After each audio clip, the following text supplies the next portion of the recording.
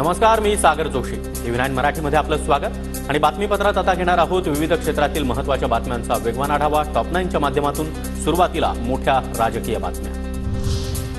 माझ्यासोबत असलेले आताचे आमदार माघारी गेले तरी हरकत नाही, नव्या लोकांना आम्ही संधी देऊ. माझ्याकडे अनेक नवे चेहरे. अजित पवार यांची अनौपचारिक गप्पांमध्ये खरमरीत प्रतिक्रिया.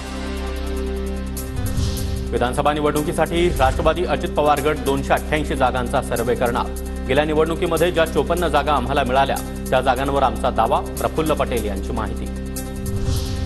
अहमदनगरमधून लंके महायुतीमधून लढण्यास इच्छुक होते, मात्र भाजपनं नगर आणि माढ्याची जागा सोडली नाही. अजितदादांची नाराजी. तर विखेंनी लंकेंना त्रास दिल्यानं ते महाविकास आघाडीसोबत असल्याचाही दावा. रायगड लोकसभा मतदारसंघामध्ये आम्हाला भाजपची मतं मिळाली, त्यामुळे मतं ट्रान्सफर होत नाहीत असं म्हणणं चुकीचं. महायुतीमध्ये राष्ट्रवादीला भाजपची मतं मिळत नाहीत, यावर अजित पवार यांचं अनौपचारिक गप्पांमध्ये स्पष्टीकरण.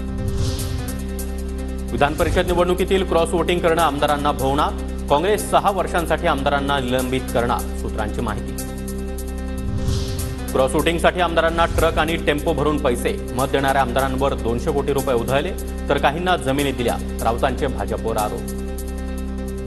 लेन की नहीं, लेन देन की नहीं, बड़ी लेन देन की बात हुई. टेम्पो और ट्रक, इतना पैसा दिया गया है. टेम्पो और ट्रक, देखिए ये उसके लिए जिम्मेदार हमारी जुडिशरी, हमारी न्याय व्यवस्था. क्रॉस वोटिंग केलेल्या महाविकास आघाडीच्या आमदारांनी फडणवीसांची भेट घेतली. भाजपचे नेते सुधीर मुनगंटीवार यांचा मोठा दावा. आमदारांवर कारवाईनंतर त्यांना सोबत घेण्याबाबत ठरवू. मुनगंटीवार यांची सूचक प्रतिक्रिया.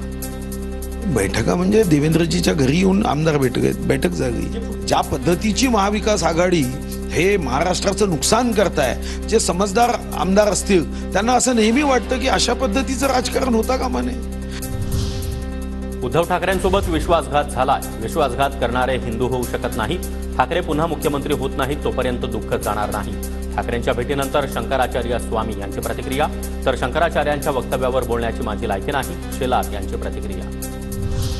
विधानसभेमध्ये मागासवर्गीय आणि मुस्लिम मतदारांचा कल महाविकास आघाडीकडे. संविधानाबद्दलच्या नरेटिव्हचा महायुतीला पुन्हा एकदा फटका बसणार. सकाळच्या सर्व्हेचा दावा.